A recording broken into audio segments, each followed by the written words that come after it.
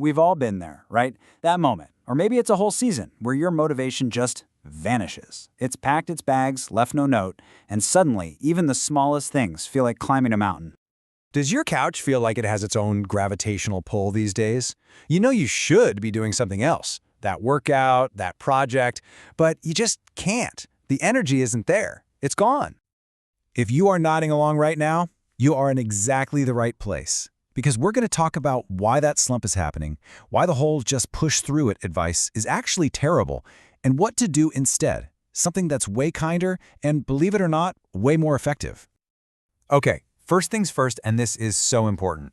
That feeling you have, it is not a personal failure. It's not a flaw in your character. What you're feeling is biological. It's science. It's not a moral failing. And look, if you feel this way, you are in very good company. As the days get shorter, about 1 in 5 of us experiences some form of the winter blues. So let's just get that straight right now. You are not alone in this. This is a totally normal, shared human thing. So what's actually going on inside your body? Well, it's a pretty simple recipe, actually. You get less sun, which causes your serotonin, that's your feel-good chemical, to take a nosedive. And at the same time, your melatonin, which regulates sleep, gets all out of whack. It's basically the perfect storm for feeling tired and completely unmotivated. Okay, so your biology is literally working against you. And what's the advice we always hear? No excuses, just do it, power through. Well, it turns out that trying to bully yourself into action is pretty much the worst strategy you can have. In fact, it almost always backfires. 80%. Just let that number sink in for a second. 80. Health psychology research shows that when we try to use shame or guilt to motivate ourselves, it fails long-term 80% of the time. It doesn't build habits, it just builds resentment towards yourself. So you've really got 2 paths. There's the shame-based path, which is all or nothing and full of self-criticism. That road leads straight to burnout. And then there's the self-compassionate path. It's flexible, it's kind, and it's driven by understanding. And guess what? That's the one that actually works. It's about being on your own team. Now, to really get why this works, we have to talk about your brain for a minute, because real, sustainable motivation, it's not about grit, it's about chemistry, specifically a little molecule called dopamine. So a lot of us think dopamine is the pleasure we get when we finally achieve something, right? The reward itself. But that's not quite right. Dopamine is actually the molecule of more. It's the chemical that creates the craving, the drive, the motivation to go get the reward. And this is the part that changes everything.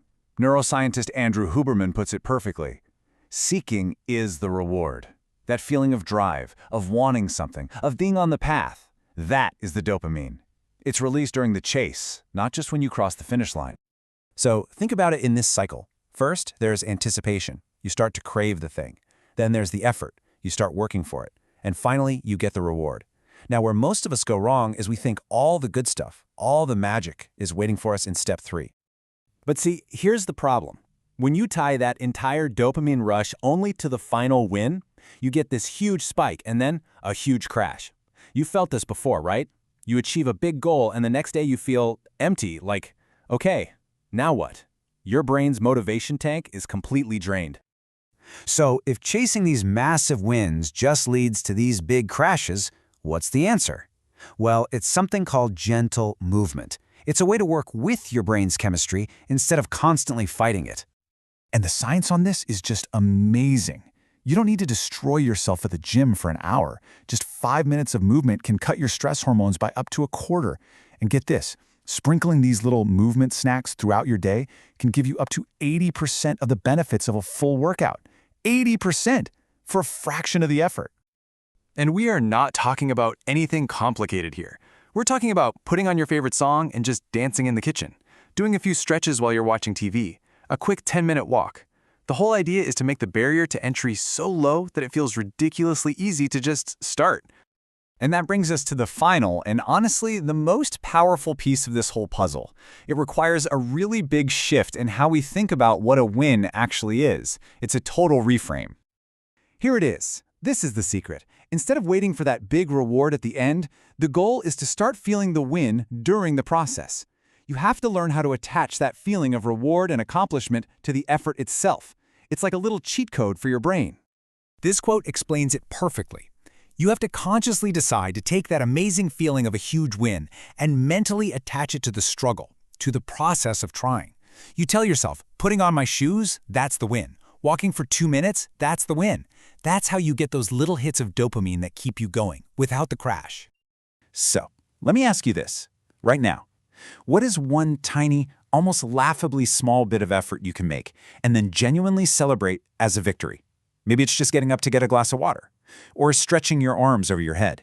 Whatever it is, I want you to do it, and then I want you to own it. That was a win. And maybe that's the whole point. Maybe this isn't a battle. Motivation is going to come and go. It's part of being human. Maybe the goal isn't to conquer it and wrestle it to the ground. Maybe it's just to learn how to work with it, with a little more kindness and a little more understanding.